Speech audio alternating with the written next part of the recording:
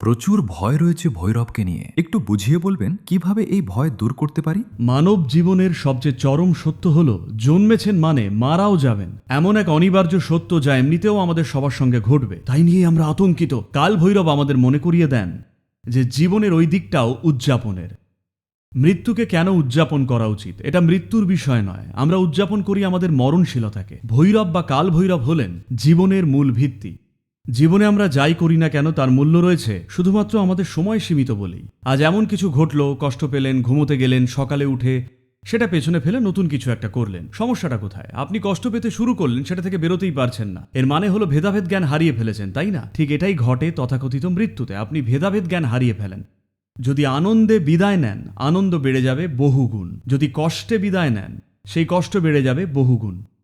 তাই ভৈরবী হলেন সেই জন যিনি আপনাকে এমন এক সুযোগ দেবেন যাতে শেষ মুহূর্তে প্রবল যন্ত্রণা ভোগের পর এমন এক জায়গায় পৌঁছবেন যেখানে আর কোনো কষ্ট নেই। আর সেটাই বিদায় নেওয়ার সেরা সময়।